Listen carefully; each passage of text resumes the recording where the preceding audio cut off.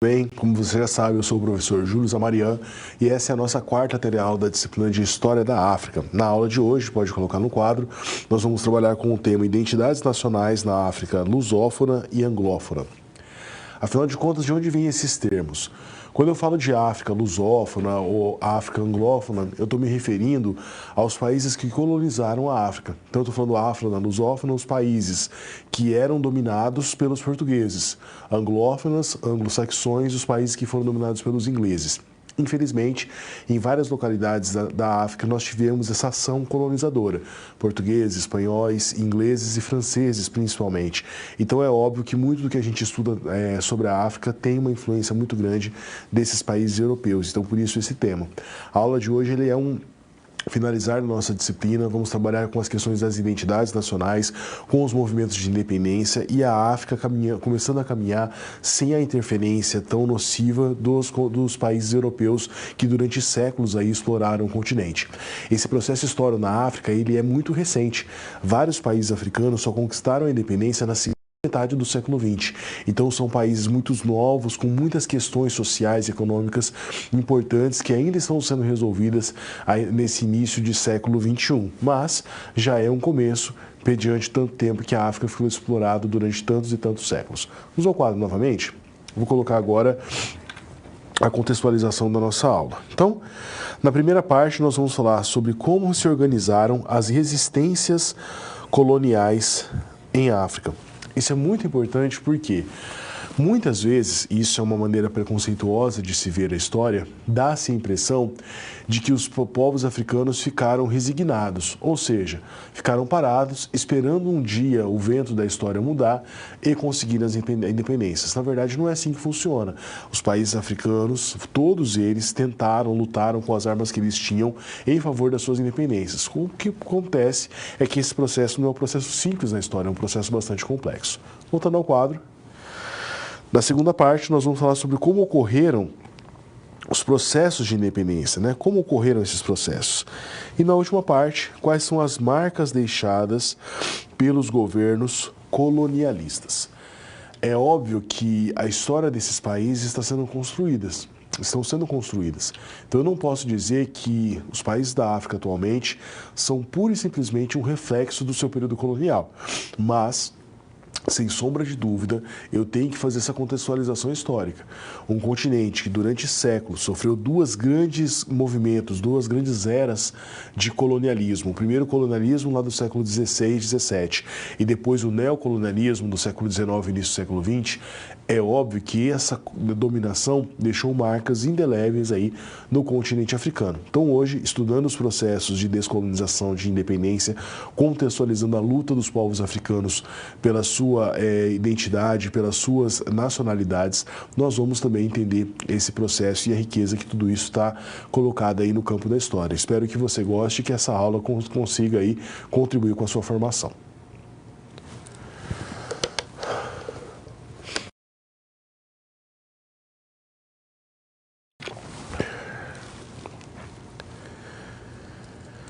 A resistência africana ao neocolonialismo. Neocolonialismo é um sinônimo de imperialismo. Grosso modo, vamos relembrar o que é o imperialismo. Imperialismo é o período, durante o século XIX e início do século XX, nos quais as grandes potências industrializadas do mundo, principalmente aquelas advindas da Segunda Revolução Industrial, Inglaterra, França, Alemanha, Itália, em menor número Portugal, Espanha e fora da Europa também os Estados Unidos e Japão, dominaram os países que eram considerados países mais pobres, que eram países que não tinham um desenvolvimento econômico tão grande.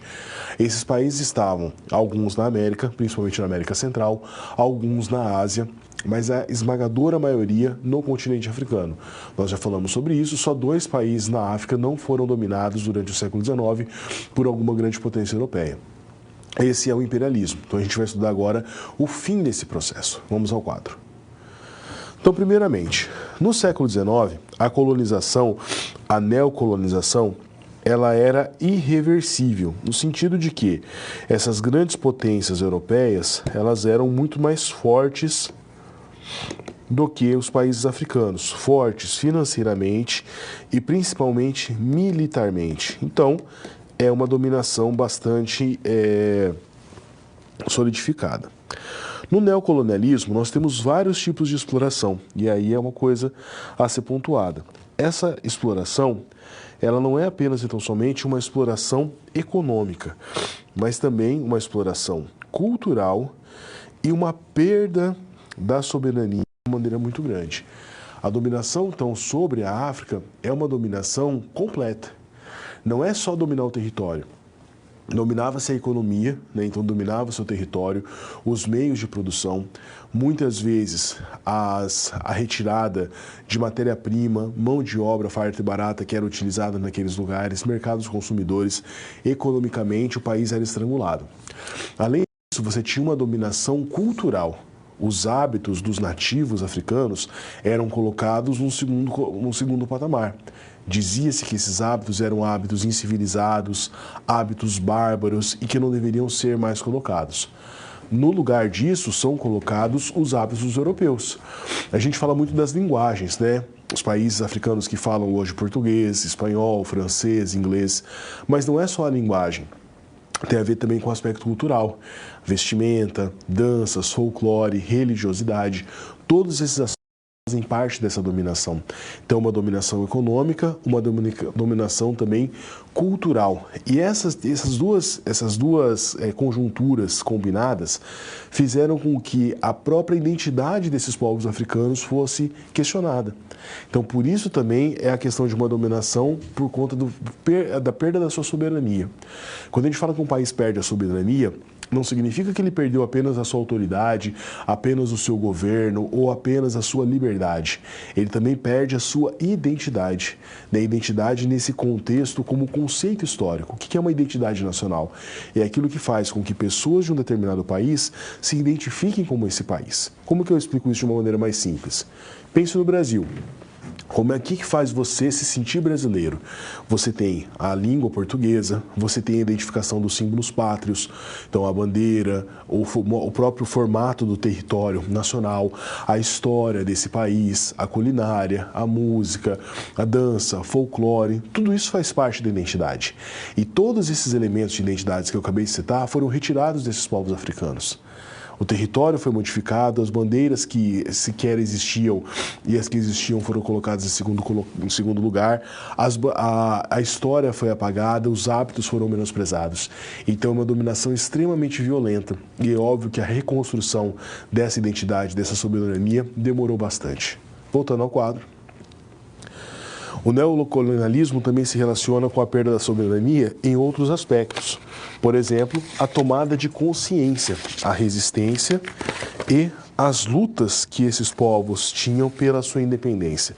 Então é óbvio que, uma vez que esses povos são conscientes da sua dominação, essa consciência faz com que haja uma resistência e lutas pelo sentido da independência. Os membros da sociedade chamada multiétnica e o povo hóspede do Estado colonialista.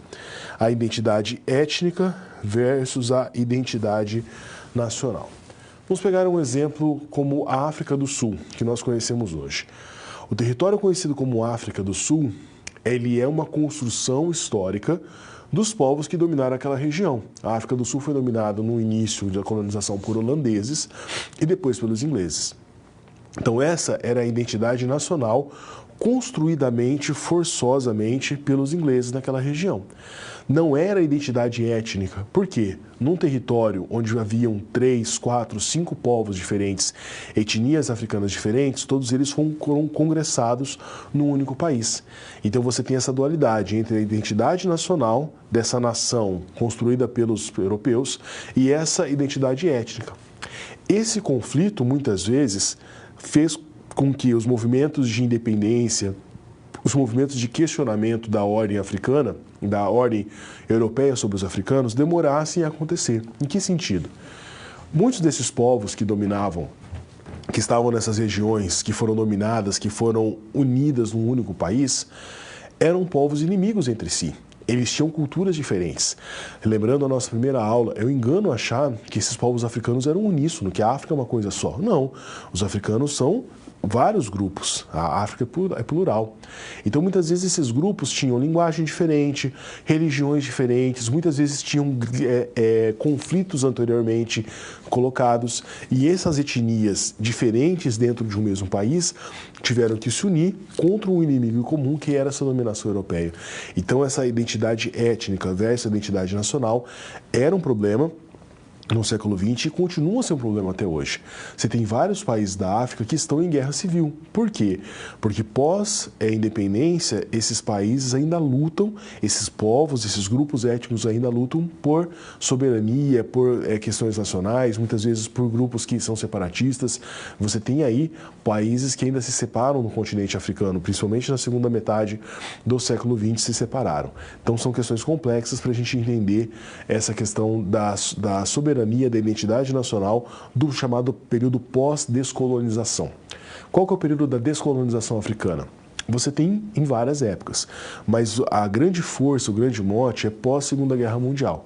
Então, quando você ouve o termo, descolonização africana, descolonização asiática, é o período histórico referente a pós-Segunda Guerra Mundial. Voltando ao quadro.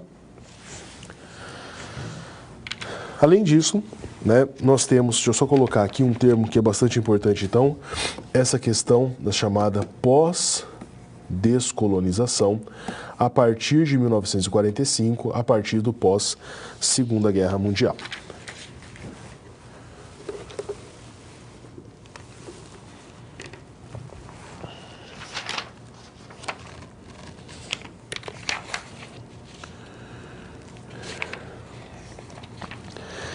Resistência e lutas pela independência da África. Então, as lutas que nós vamos falar, obviamente, são as lutas de independência. Os movimentos de resistência têm relação direta com o combate à dominação europeia. Vamos ao quadro. Movimento Negritude. O movimento Negritude talvez seja um dos mais famosos com relação à luta dos africanos pela sua independência, junto com o pan-africanismo que nós vamos falar aqui da frente. Segundo Vicentini, a negritude constitui um movimento cultural e literário com fortes implicações ideológicas e políticas. O movimento negritude ele não era de um único país. Ele tinha representantes em vários, mas fortemente em 3 localidades, na Martinica, na Guiana e Senegal.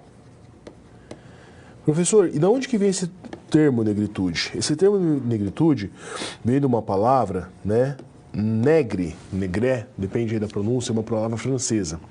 Esse termo francês, ele era utilizado de uma maneira racista. O francês que estava, por exemplo, na região onde hoje é a Argélia, Líbia, ali no norte da África. O francês, para se referir ao negro, ele usava esse termo, negré, como se fosse algo pejorativo. E os representantes desse movimento de negritude quiseram ressignificar esse termo.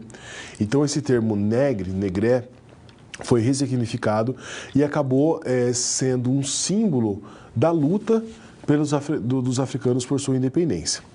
Esse movimento não era basicamente político, ele tinha várias vertentes, uma vertente muito importante na poesia, na música, na literatura, e tentava fazer uma valorização dos aspectos culturais africanos, tentando construir essa chamada identidade nacional. Então era um movimento que passava vários países, não estava restrito ao Senegal, mas também a Guiana e a Martinica, uma valorização da cultura africana e pegando um mote a algo que era considerado pejorativo e rediscutindo esse termo.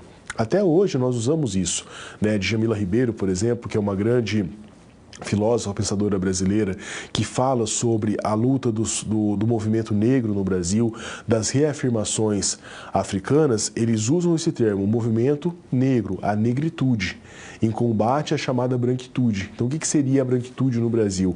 É uma espécie de costumes, de usos que a população branca tenta impor aos negros. E a negritude vem com essa reação. Então, esse movimento brasileiro, ele tem inspiração também nesse movimento africano que é símbolo da luta pela independência pós o período de descolonização. Voltando ao quadro. O movimento da negritude, então, tem como seus grandes representantes Aimé Césaire, da Martinica, Léon Contreras, da Guiana Francesa, e Léopold Sédar Senghor, né, que talvez seja o mais famoso de todos, de Senegal. O Senghor foi o primeiro presidente, tá? Primeiro presidente de Senegal pós-independência. Então a gente pode falar que desse movimento saiu aí um dos primeiros países livres da África no período pós-descolonização. Eles lutavam pela valorização e a importância da África, valorização da sua cultura, do valor do africano como sujeito da sua própria história. Parece uma coisa simples isso, mas não é. O que é o sujeito da própria história? É aquele sujeito ativo, não passivo. Quando eu coloco o africano como dominado de um país europeu, eu estou colocando ele como vítima de um processo histórico. Quando eu valorizo a luta desse africano para conseguir a independência, quando eu valorizo o fato dele não ter ficado resignado politicamente, mas que ele lutou com as armas que ele tinha para conseguir a sua independência, eu viro uma chave. Eu mudo um panorama. Ele não é mais um passivo na história, ele é um ativo, ele é um sujeito histórico. Tecnicamente, todos nós somos sujeitos históricos, mas a postura que nós temos com relação aos fatos faz aí essa diferença. E muitas vezes a própria interpretação da história tem relação a isso. Voltando ao quadro. Perdão. O movimento de negritude também tinha algumas contradições. Nada é perfeito nessa vida. Quais são as principais contradições do movimento? Primeiro, uma certa aceitação, vamos colocar assim, de alguns aspectos que foram impostos no período imperial, como, por exemplo, a linguagem. Os poetas do negritude, mesmo questionando o fato de serem colonizados, ainda escreviam francês. Não tinha uma valorização de línguas que eram nativas daquele povo. Senghor acabou subordinado, né, subordinou o Senegal aos interesses estrangeiros, principalmente aos interesses econômicos. Então, a defesa dessas contradições, eles diziam o seguinte, que em língua francesa, os escritos desses poetas teriam uma maior penetração na Europa e no mundo todo, seriam mais conhecidos do que se fossem escritos em língua nativa. E essa questão do senhor aceitar algumas dominações estrangeiras, tem a ver também com a fase capitalista que o mundo vivia naquele momento. Nós temos que lembrar, década de 50, 60, 70, é o auge da Guerra Fria, a bipolarização Estados Unidos e União Soviética.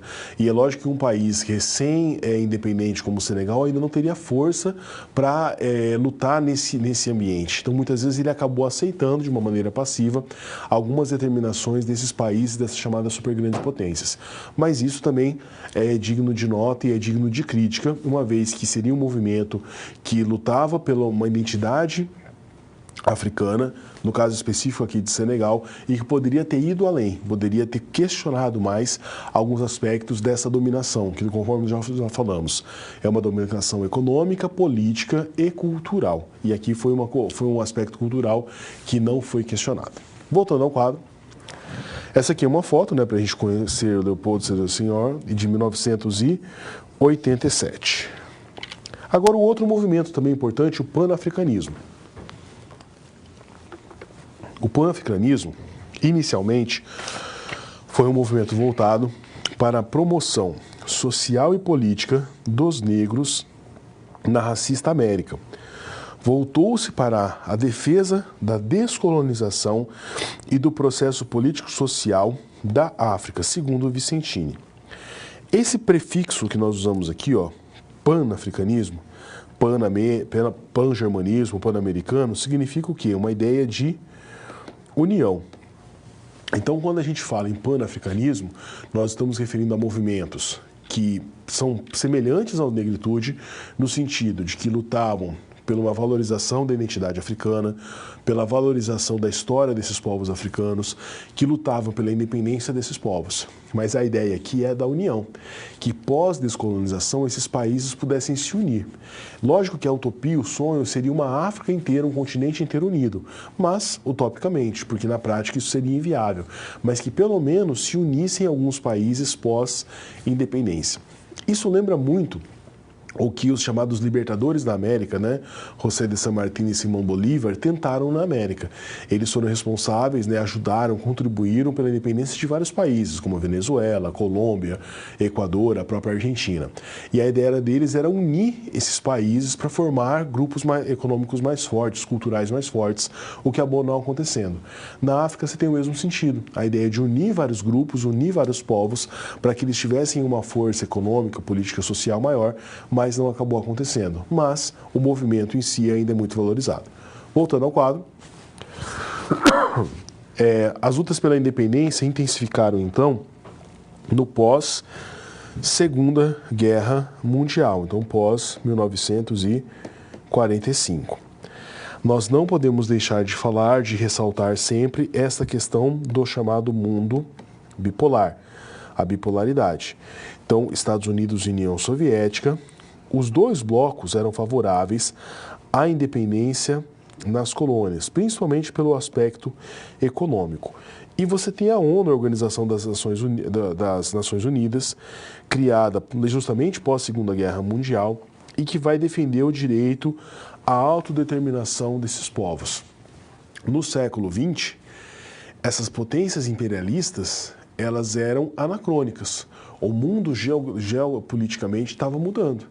Então, apesar de você ter ali um resquício do chamado Império Colonial Britânico, do Império Colonial Francês, a geopolítica do mundo está diferente. Em que sentido? Se no século XIX você tinha ali disputas dessas grandes potências, e grandes potências no século XIX, eu estou me referindo à Inglaterra e França, no século XX as coisas mudam de figura, principalmente pós Primeira Guerra Mundial e Revolução Russa. O surgimento da União Soviética e esse mundo bipolarizado já existiam antes mesmo da Segunda Guerra Mundial. Pós-Segunda Guerra Mundial, isso só vai ser aí maximizado. Tanto Estados Unidos como a União Soviética, as duas grandes potências do século XX, tinham interesses econômicos numa África livre, numa África que fosse liberta desse imperialismo. Aí você deve estar pensando, nossa, professor, eles eram os baluartes da liberdade? De maneira nenhuma. Tem um interesse econômico muito maior por detrás dessa defesa das independências. Mas é fato que, em alguns países africanos, principalmente os países que foram influenciados pelas ideias ali socialistas, lutaram contra essa dominação imperialista. Os Estados Unidos também têm uma influência muito grande, mas ali na África, principalmente com relação a países que eram dominados por potências europeias, há um destaque maior dos grupos socialistas. E a ONU também lutando contra essas dominações. Esses dois grupos, né, esse xadrez geopolítico, influência norte-americana, influência soviética, influência da ONU, também serviram para acelerar a descolonização da África pós-Segunda Guerra Mundial. Então, a gente está estudando a África, nós temos que estudar ali as questões internas, os contextos históricos internos, mas não podemos deixar de pensar também na amplitude que tinha naquele período. Afinal de contas, a descolonização da África e da Ásia está diretamente ligada ao período pós-Segunda Guerra Mundial e ao auge da Guerra Fria.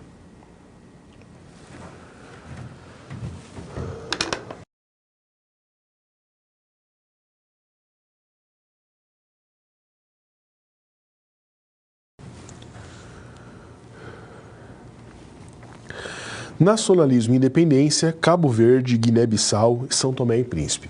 Nós falamos até agora de uma maneira muito geral dos movimentos de descolonização da África, as lutas pelas questões de identidade, os nacionalismos. Agora a gente vai falar um pouco mais direto com alguns exemplos que mostram essas lutas dos povos africanos para alcançar a independência. Vamos ao quadro. Então, primeiro, em Cabo Verde. Em Cabo Verde, há uma configuração diferente, porque está dividido em 3 fases. Então a gente pode falar que essa configuração do Estado Nacional de Cabo Verde é dividida em 3 momentos bastante específicos. No primeiro momento, nós temos um governo de transição, e eu chamo a atenção aqui para as datas, né? Como historiador, recomendo a vocês que nunca fiquem presos às datas. As datas são pontas de icebergs que a gente usa para explicação. Mas reparem, 1974 a 75, governo de transição. Cronologicamente, isso daqui é ontem, né? Posteriormente, a um período de partido único, de 75 a 91, e um período de reabertura política de uma maneira mais forte, mais consolidada a partir da década de 1990. Então é uma história bastante próxima dos nossos dias, bastante recente, e uma transição complexa. Imagina um período de partido único, sem oposição política, com um governo autoritário. Dificilmente esses países africanos, quando conseguiram a independência, conseguiram formar repúblicas democráticas saudáveis, organizadas. Muitos desses países acabaram na mão de pessoas que ajudaram a liderar os exércitos ou que estavam diretamente ligadas às lutas de independências. E muitas vezes essas pessoas eram autocratas. Então, pós-descolonização, você tem muitos casos na África de países comandados por ditadores, por pessoas que tinham uma linhagem de governo autoritária, quase beirando ali um neofascismo. Então, até por isso, nós compreendemos ali os problemas sociais e econômicos da África até os dias atuais. Voltando ao quadro, a população de Cabo Verde é bastante miscigenada, isso desde antes do século XX, por conta de colonização e de contatos com os europeus em outros momentos. A língua oficial é o português, mas o crioulo é uma segunda língua, uma língua mais coloquial, também bastante popular, bastante falada. Cabo Verde não herdou as divisões étnicas que existiam em outros países. Diferente de outras localidades, essa questão étnica em Cabo Verde ela era um pouquinho mais abrandada. E após a independência, tornou-se importante um resgate da herança africana. Principalmente pós a terceira fase de governo, essa ideia de resgatar as origens africanas, de resgatar os estudos relativos à África, faziam parte ali desse movimento dentro de Cabo Verde.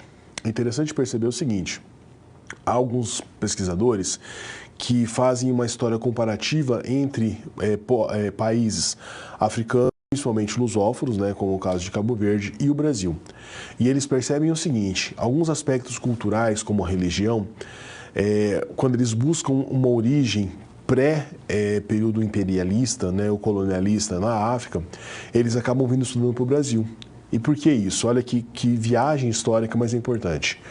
Um costume de uma religião de origem africana, por exemplo, lá do século XVIII, muitas vezes isso veio para o Brasil por conta dos escravos que eram trazidos para cá.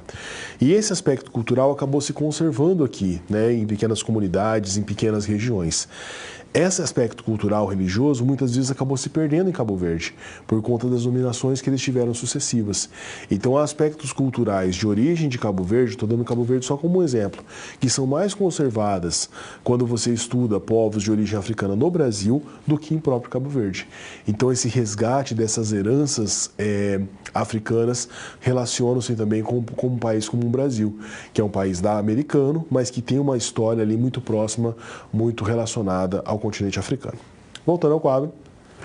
Então aqui vamos falar agora, depois de Cabo Verde, da Guiné-Bissau.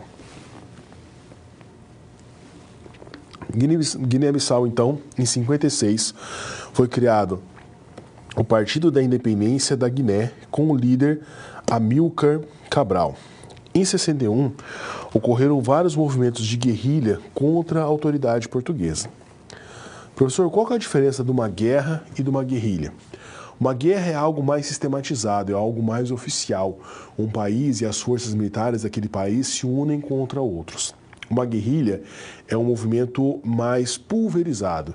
Guerrilha, você muitas vezes não tem uma hierarquia como a do Exército, você tem pequenos grupos que lutam praticamente de forma autônoma, mas com um objetivo.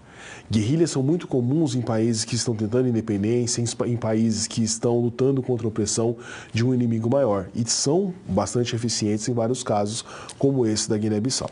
Voltando ao quadro. Em 73, há a Declaração de Independência e Luiz Cabral compôs um governo de partido único de orientação marxista, ou seja, aquela influência que eu acabei de colocar de modo socialista bastante forte na África. Aqui uma imagem, um monumento em memória de Amílcar Cabral, né, assomada na ilha de Santiago, em Cabo Verde, né, um dos movimentos desse líder tão importante da luta pela independência. Bom, falamos de Cabo Verde e Guiné-Bissau, agora vamos falar para São Tomé e Príncipe. Em São Tomé e Príncipe, há um movimento bastante forte de libertação o partido MLSTP, a independência negociada com os portugueses e concretizada somente em 12 de julho de 75, também colocado um sistema socialista de partido único, e a independência não teve cunho nacionalista. Você estava perguntando, professor, mas como que uma independência não tem um cunho nacionalista? A independência de São Tomé e Príncipe tem uma relação direta com o fato de querer ser livre de Portugal, não aceitar mais a opressão dos portugueses. Mas a questão da criação de uma identidade nacional, de algo mais concreto, de unir-se essa população, de um resgate histórico, infelizmente não foi tão sistematizado quanto em outras localidades como Cabo Verde. Nós percebemos também uma influência muito grande desses partidos socialistas na África, principalmente nessa África lusófona, em São Tomé e Príncipe e também em Cabo Verde. Movimentos que questionavam não somente a dominação histórica e a dominação colonial, mas também um aspecto econômico. Afinal de contas, por vários pensadores, Jean-Paul Sartre, talvez um dos mais famosos francês que vai lá a esses movimentos africanos, essa dominação também era uma dominação econômica. Sartre fez uma crítica, inclusive, ao movimento da negritude, dizendo o seguinte, que esse movimento ele ficou muito focado apenas em aspectos históricos, coloniais, e não pautou as suas agendas para a questão econômica. Sartre via na dominação desses impérios coloniais sobre a África também uma fase horrenda do capitalismo, né? Uma exploração do homem pelo homem, percebida de uma maneira muito forte ali também no continente africano. Vamos agora para a nossa primeira situação problema, consequências da colonização na África.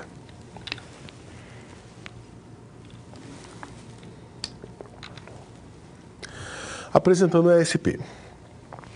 Na turma de Luísa, há um rapaz moçambicano, não colônia portuguesa, de nome Agostinho, filho de um cônsul. Então, se Agostinho é o filho de um cônsul, ele é um rapaz moçambicano, mas de uma condição social diferenciada. Agostinho fez o seguinte comentário na sala. Em Moçambique, não se usa mais nomes tradicionais. Lá, não se come carne de hipopótamo. O povo moçambicano é ignorante, atrasado, cheio de crendices, não sabe se comportar como os europeus. A primeira medida, a primeira análise, essa fala é uma fala complexa. Por quê? A Luísa e toda a turma dela pode ter pensado, mas é um africano falando sobre isso. Ele é cônsul, ou seja, ele tem uma relação direta com a África. E como é que esse rapaz, esse Agostinho, está tendo essa fala? Falando que os africanos são ignorantes, atrasados, não sabem se comportar como os europeus. Nessa frase, a gente dá para falar bastante coisa, principalmente com relação à identidade. Esse rapaz, geograficamente, de nascimento ligado à África, ele não está se identificando como africano. Ele não tem uma identidade nacional africana. Para ele, o modelo europeu é o modelo a ser seguido. Modelo cultural, modelo de fala, modelo de alimentação, de vestimenta, e denegrindo a imagem desses povos que para ele são os povos originários da própria nação dele, moçambicana. Então olha como é que essa questão identitária é muito, muito importante. Não só a identidade no sentido de se conhecer, mas conhecer também a sua própria história, de ter uma consciência histórica mais elevada. E é o que está faltando a esse rapaz. Apesar de ser africano, ele ainda coloca o seu próprio país como inferior e coloca os padrões europeus como sendo a serem seguidos. Afinal de contas, quem disse que o jeito europeu de se vestir, de se comportar, de se relacionar é o correto? Quem que elegeu a Europa ou qualquer lugar do mundo como certo a se fazer? Essa dominação, essa ideia, esse ideário, ele tem relação direta com essa dominação. Como o país africano foi dominado pelo francês, aqui no caso, ou pelo português, ou por qualquer outro, há uma imposição cultural. Lembre-se da dominação política, econômica e também cultural. Talvez a cultural seja a mais complexa de todas elas. Voltando ao quadro. Como você analisaria essa fala de Agostinho? O que você pensaria sobre a identidade africana construída por ele, ou melhor dizendo, uma falta de identidade, né? Quantas evidências da colonização ainda estão presentes no discurso de Agostinho? Várias delas. Resolvendo, a família de Agostinho é rica e abastada. Provavelmente se assimilaram aos colonizadores. Por isso ele pensa dessa maneira. O colonialismo marcou a identidade de Agostinho, afastando de uma identidade negro-africana. E a gente vê isso não só na colonização africana, mas até hoje no Brasil você vê isso. Quantas vezes as pessoas, de uma maneira simples, né, muitas vezes sem reflexão, afirmam frases como o seguinte: o Brasil é um país porcaria. O Brasil é um país que não presta. Bom é a Europa, bom é os países europeus, bom é os costumes dos europeus. O brasileiro não sabe falar, o brasileiro não sabe se comportar, ele não tem uma etiqueta europeia. Essas falas cotidianas, coloquiais, elas estão imbuídas de muito preconceito e da falta de identidade que temos no nosso próprio país. Afinal de contas, quem que elegeu o outro como melhor do que nós? Então, esse estudo da cultura africana, dessa questão da identidade, é fundamental para entendermos não só o estudo na África, mas também relacioná-los aqui com o estudo brasileiro. Vamos agora para a nossa interação, nossa questão da aula de hoje. O que significa dizer que os africanos nunca foram resignados à colonização? Pense e reflita, eu volto em alguns instantes com a resposta.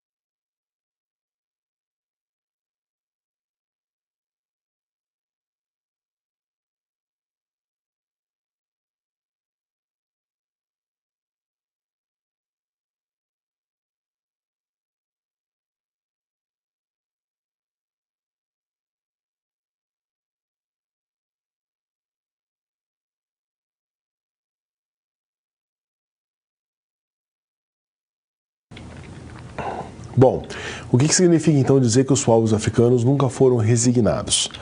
Significa dizer que esses povos nunca aceitaram de uma maneira pacífica a sua situação colonial. Eles sempre lutaram. O problema é que é difícil você lutar contra um país, contra um grupo, contra um império bastante organizado, principalmente que tem armas, que tem condições de se impor.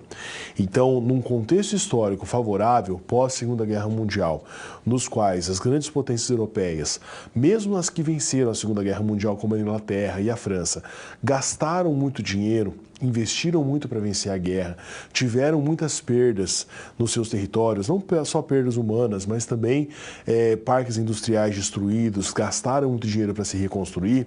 Nesse enfraquecimento dessas potências é que foi possível uma sistematização e uma organização maior dos movimentos de libertação africana. Mas isso não significa de maneira nenhuma que desde o primeiro dia que esse hóspede estrangeiro, esse hóspede muito malquisto, que não era nem um pouco aceito, pisou nos seus territórios, eles queriam de alguma maneira expulsá-los, retirá-los dali.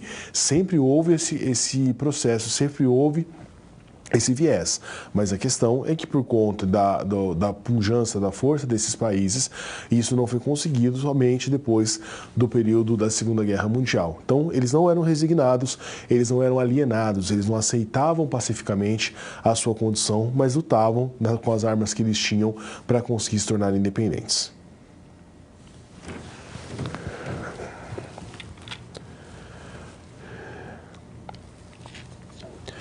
Nacionalismos e independência, Moçambique e Angola.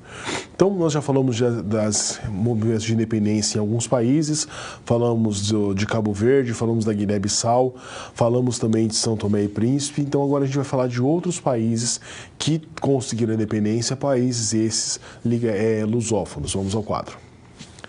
Então, primeiro, a questão do nacionalismo de uma maneira geral.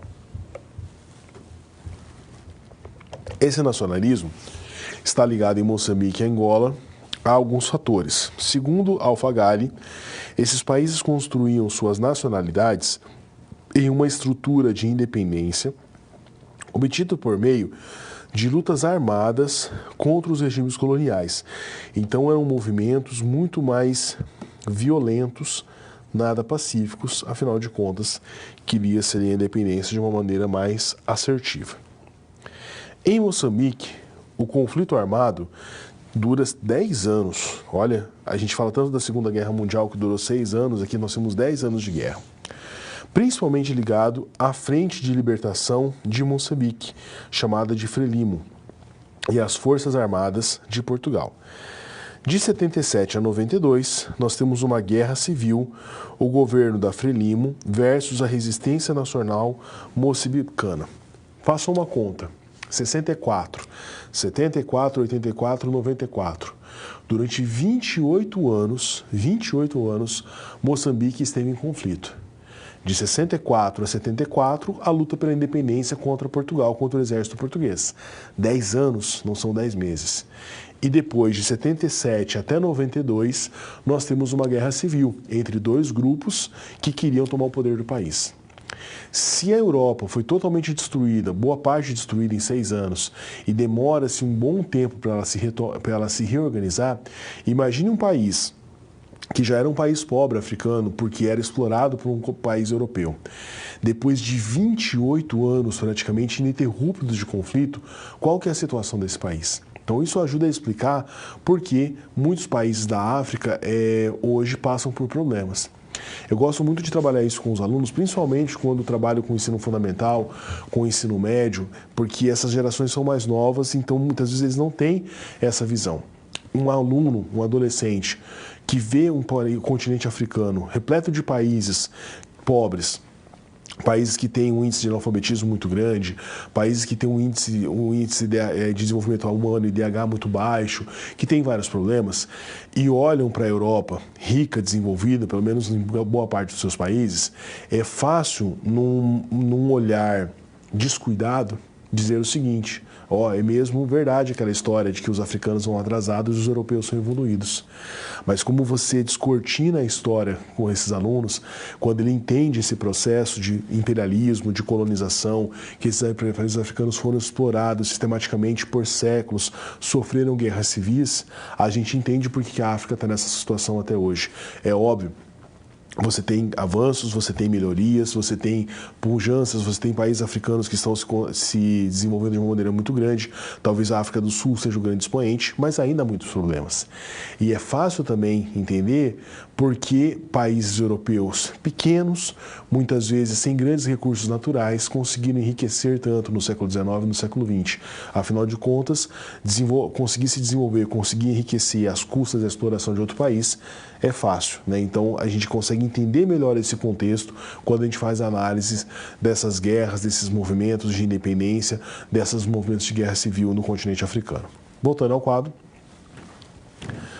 falamos de Moçambique, agora vamos falar de Angola. Em Angola você tem o Movimento Popular de Libertação da Angola. Esse movimento, o MLPA, também tem fundamental importância na independência angolana. Era uma união para a libertação total da Angola, também chamado de UNITA. Você tinha também o movimento da Frente Nacional da Libertação da Angola, FNLA. Então, imaginam, 3 movimentos, 3 grupos que tinham um objetivo em comum, que era libertar Angola, mas acabam também tendo seus conflitos. A Guerra de Independência, de 61 a 74, 13 anos, e depois um período absurdamente longo de 27 anos de guerra civil. Então, o contexto de Moçambique é parecido com Angola, mas Angola até mais sanguinário, tanto na relação da luta pela independência quanto pela guerra civil. Como que se destacam esses dois movimentos? Por que o movimento de independência de Angola e Moçambique ele é tão complexo? Por que as guerras são tão longas? Qual que é o contexto histórico que está por trás disso? Tem a ver com o governo português, o governo de Salazar, o salazarismo, que era um governo ditatorial, de viés nazi-fascista, né? Um neo-nazifascismo, um herdeiro do fascismo e do nazismo que tinham aparentemente morrido durante a Segunda Guerra Mundial, mas não morreram. E esses governos, principalmente de Salazar em Portugal e do franquismo, do Franco na Espanha, ajudam a explicar por que esses países demoram tanto para, entre aspas, permitir, mas permitir de uma maneira, não vou nem usar esse termo permitir, porque que esses países não queriam de jeito nenhum ficar sem as suas colônias, porque tem a ver com esse governo de cunho nazifascista e que não aceitava de maneira nenhuma que Angola e Moçambique se tornassem independentes. Enquanto outros países que eram ligados à Inglaterra e à França tiveram as suas descolonizações de uma maneira mais tranquila entre aspas também, porque também houve guerras, mas não foi tão longa, Moçambique e Angola sofreram com esses movimentos, com movimentos de guerras pela independência bastante longos e por guerras civis também que assolaram os países. Então a gente entende um pouquinho a situação complexa econômica, política e social desses países lusófonos até os dias de hoje. Voltando ao quadro, esse mapa também ele é muito importante. Gosto muito de trabalhar em sala de aula sobre as independências da África. Nós percebemos aqui as dificuldades de como esses países demoraram para conseguir as suas independências. Então percebo, em verde escuro, né, e em verde os países que tiveram a sua independência de uma maneira mais rápida, né, de 1840 até 1939. Em amarelo, aqui em tons mais pastéis, de 60 a 70, e os países aqui em vermelho, os países que demoraram mais para conseguir a sua independência. E você percebe que, pelo mapa que os países aí que eram dominados por Espanha e por Portugal são aqueles países que lutaram mais, demoraram mais para ter a sua independência. Então esse mapa é uma prova desse sofrimento africano pela sua independência e de como os países lusófonos foram aqueles que mais tiveram trabalho, que mais tiveram que lutar para alcançar a sua independência.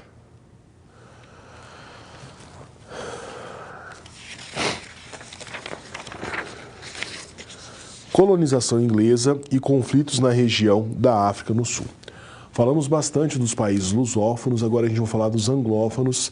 E quando a gente fala de Inglaterra dominando a África, muito embora eles tenham dominado outros territórios, sem dúvida nenhuma a dominação na África do Sul é a mais famosa. Vamos ao quadro.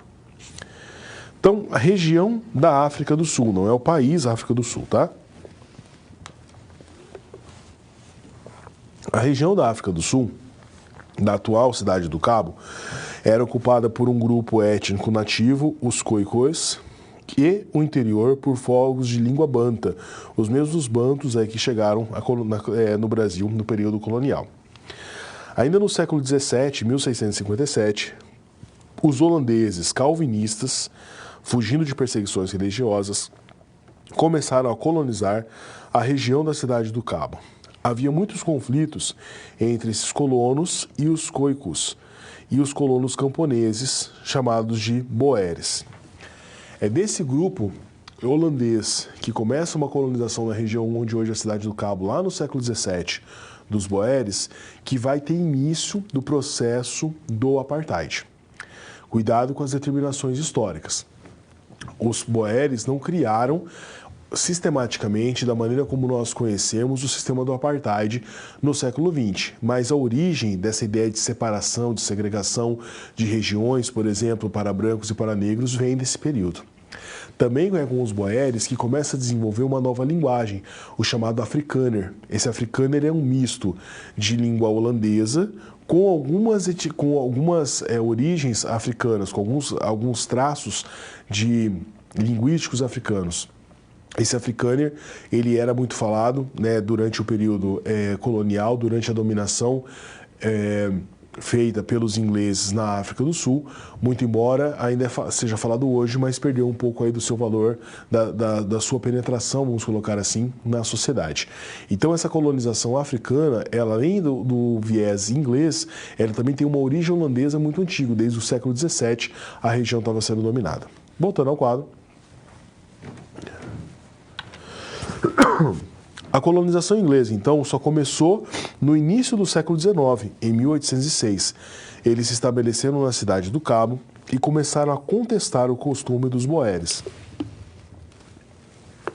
Então, houve um confronto entre ingleses e holandeses. Em 1834, a imigração dos boeres para o interior, e nos anos de 1870, já no século XIX, a Inglaterra queria unir repúblicas boeres, como Transvaal e Orange, a territórios ingleses, Natal e Cabo, de grupos que eram grupos de origem africana.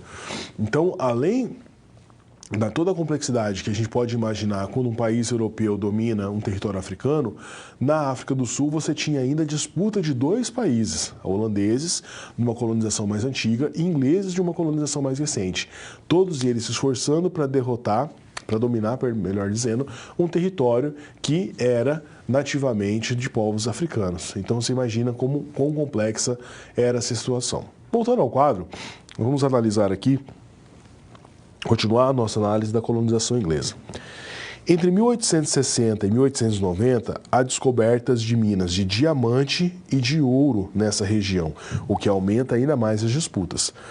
Há uma guerra muito grande entre ingleses e zulus, que eram nativos, entre ingleses e boeres, que eram os holandeses, e a anexação do território pelos ingleses. Em 1910, surge a União Sul-Africana. É dessa União Sul-Africana que vai surgir o país que nós chamamos hoje, que nós conhecemos hoje como África do Sul. Então, é depois desse conflito de ingleses contra holandeses, de ingleses contra os zulus, que eram nativos africanos, é que vai ter uma união dessas ex-colônias holandesas com as colônias mais recentes inglesas e a formação da União Sul-Africana, que deu origem à África do Sul que nós conhecemos hoje. Voltando ao quadro. Aqui nós temos uma ilustração de um incidente na Batalha de Isandlwana, em 1879. É interessante para a gente, eu gosto de analisar essa imagem, para nós percebermos aqui os contrastes, né? Você tem os africanos lutando com as armas que eles têm aqui, então o escudo ainda não muito bem sistematizado, né? Flechas, a própria vestimenta, uma vestimenta muito mais simples, né? Muito embora ressalte a força física dos africanos. E aqui nós temos representantes dos ingleses, lógico, com seu aspecto cultural e com a arma de fogo. Então, obviamente, essas lutas de ingleses ou boeres contra africanos não era nem um pouco igual, era bastante desigual. Então, essa imagem também reforça aquela ideia da nossa questão. O africano não era resignado, ele não aceitava a dominação. Mas é difícil você lutar com uma descompensação tão grande ali de armas naquele período. Então, por mais que existissem resistências, houvessem resistências, as lutas eram facilmente vencidas aí pelos colonizadores europeus.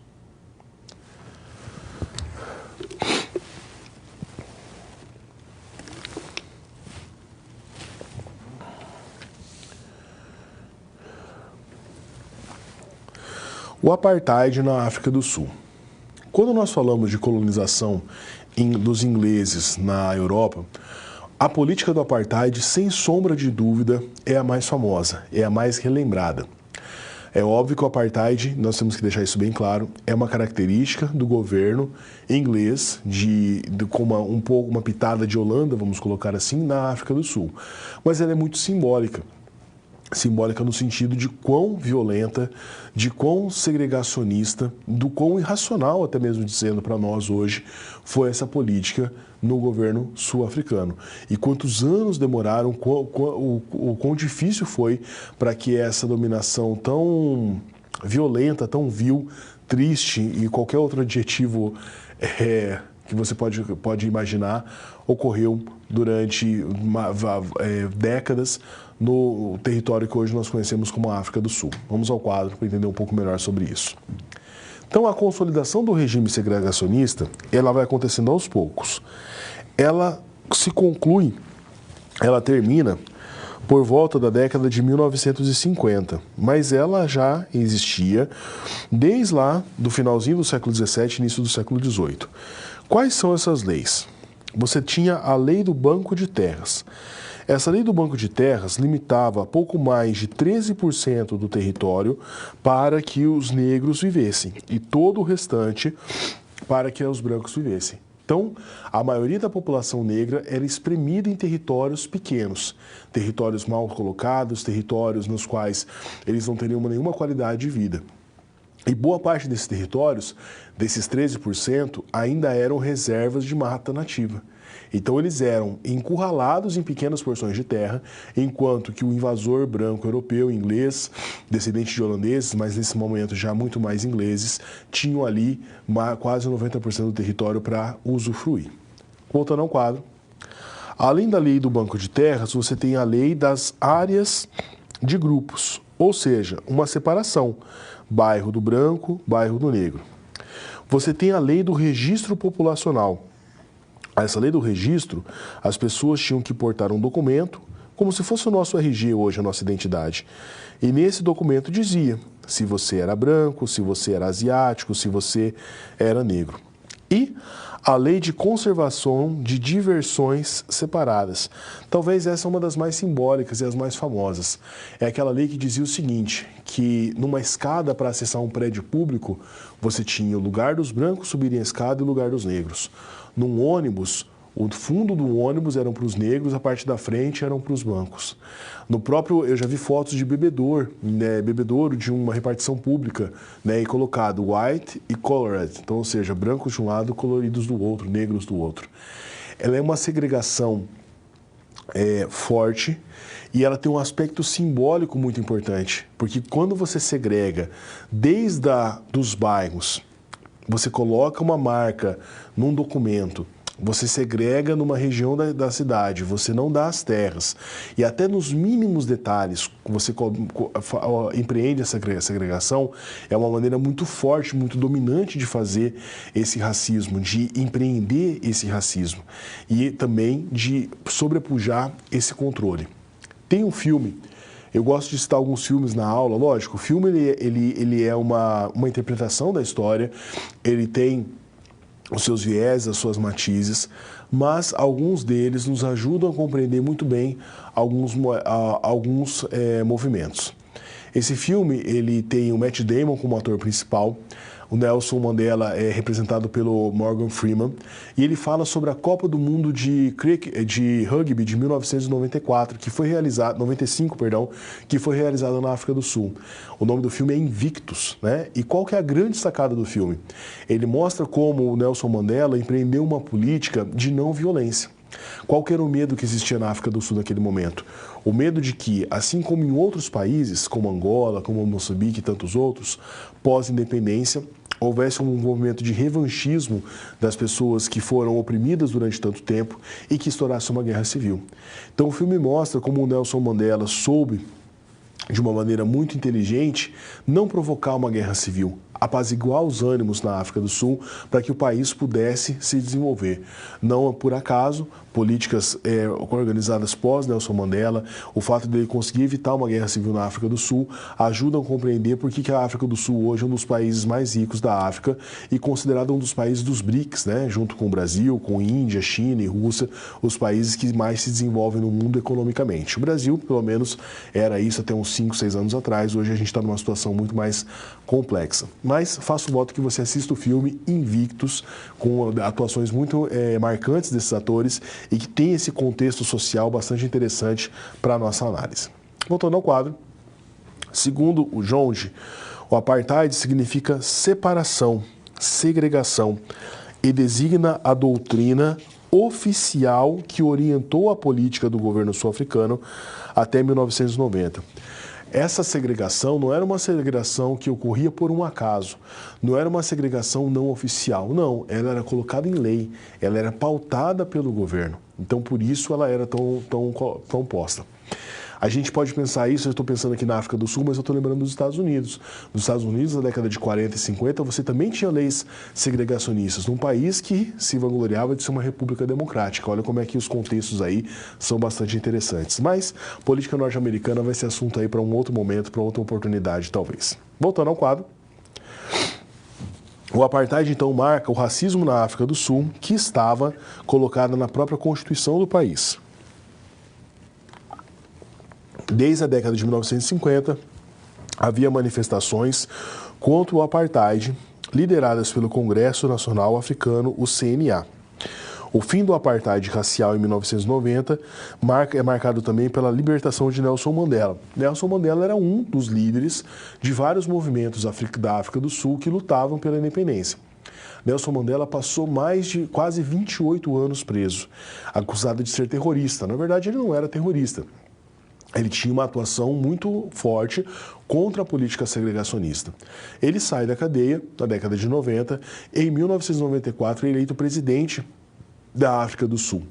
E pós a presidência, ele acaba ganhando o prêmio Nobel da Paz, exatamente porque ele consegue pacificar uma nação que poderia estourar facilmente ali uma guerra civil, de um revanchismo muito grande que poderia existir contra a elite branca que durante décadas ali dominou o país, oprimindo a maioria da população que era negra e pobre.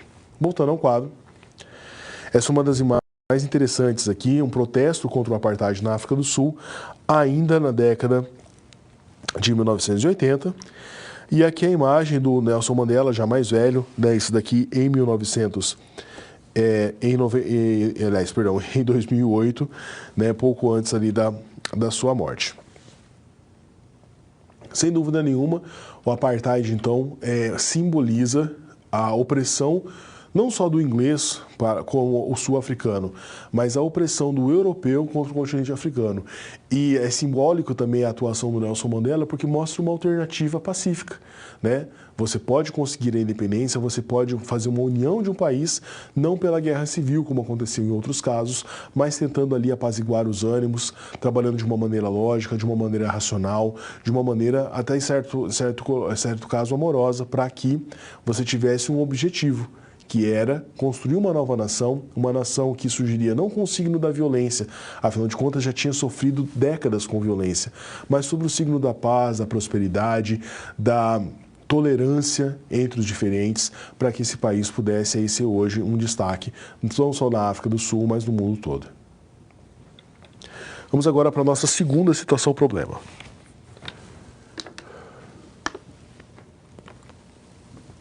A diversidade étnica do continente africano. A universidade em que Luísa estuda promoveu uma exposição preparada pelos estudantes africanos. Os angolanos se dividiram em dois grupos, um grupo da etnia Umbundo e outro da etnia Bakongo. Suas exposições apresentavam a mesma bandeira, mas os elementos culturais, as fotografias, eram diferentes. Qual é o objetivo de uma exposição quanto essa? Valorizar as etnias. Muitas vezes você não precisa fazer uma divisão, você não precisa fazer uma guerra civil e fragmentar o país. Você pode ter uma bandeira só, mas valorizar as etnias. E quando valorizar, não significa classificar essa é melhor, essa é pior. Não, é valorizar as próprias diferenças. Vamos pegar no nosso caso aqui o Brasil. A gente pode fazer isso no Brasil. Você poderia ter uma exposição no Brasil, unindo a bandeira nacional, mas valorizando aspectos da cultura, por exemplo, do Rio Grande do Sul e da cultura do Ceará. A cultura, né, muitas vezes o sotaque, os regionalismos, a culinária, a dança são diferentes no Ceará e no Rio Grande do Sul. Um é melhor do que o outro? Não. Eles mostram e ajudam a contribuir a entender a riqueza cultural do Brasil. Não tem melhor ou pior. Então, talvez essa seja uma ideia de um movimento também relativo à África. Voltando ao quadro. Até onde vai o pertencimento a uma etnia e o pertencimento a uma nação? Será que esses pertencimentos são conflitantes? A exposição parece que reflete um pouco os problemas que enfrentaram a constituição das nacionalidades dos países africanos, frente à diversificação dos grupos étnicos. Como explicar essa situação?